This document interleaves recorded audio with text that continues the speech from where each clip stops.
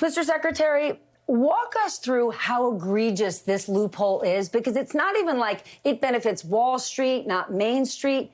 This is specifically for the richest business people in private equity, the people who make hundreds of millions of dollars a year. And until now, this provision has been privately preserved while no one pays attention. That's right, Stephanie. This is a loophole for the super rich, the richest of the rich. And there is no redeeming social value. There's no argument. Nobody can provide an argument. And that's why Barack Obama promised to get rid of it and did not, because the industry has so much power. And that's why even Donald Trump promised to get rid of this loophole, but did not. And Joe Biden promised.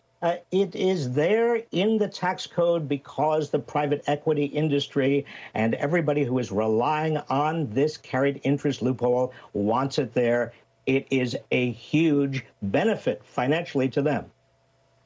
People campaign on it, and then once elected, they hope the general population forgets, which we do, because it's obscure. But it could bring our government over the next decade something like $14 billion. Yet at this point, Joe Manchin, who wants this to be added to this new package, is heading for a collision course against Krysten Sinema. Could this thing end up tanking the Manchin plan? Well, I hope not. It would be a scandal if it did, and a pox on everybody involved who did not allow this to go through. I mean, Krysten Sinema does like and is supportive of this loophole. I don't know why. Could it be because she has been a big recipient of Wall Street money? Maybe. I don't want to impugn her integrity, but there's no question that she has got to give way on this. 50 votes are necessary. Democrats, every Democrat in the Senate is going to have to vote for this huge bill, of which a part of it is closing this loophole.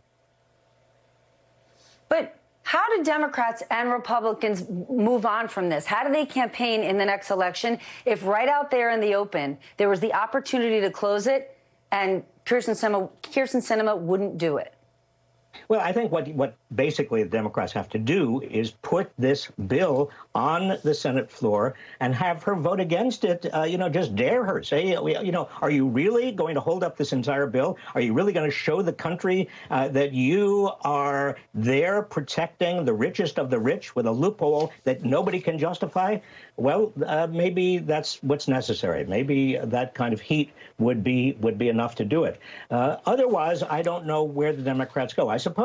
Democrats could come up with maybe something else to fill this gap, but it is such an egregious, such a purposeless, and such an obvious payoff to Wall Street and to the richest of the rich that it's going to be very hard to justify. One final point.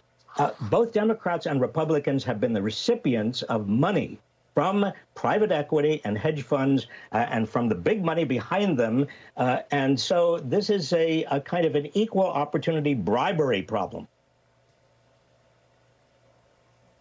Well, my quick last question then, should Joe Manchin walk away from it, right? $14 billion is a lot of money, but in the grand scheme of things, this reconciliation bill, this package has a lot more in it, a lot of good.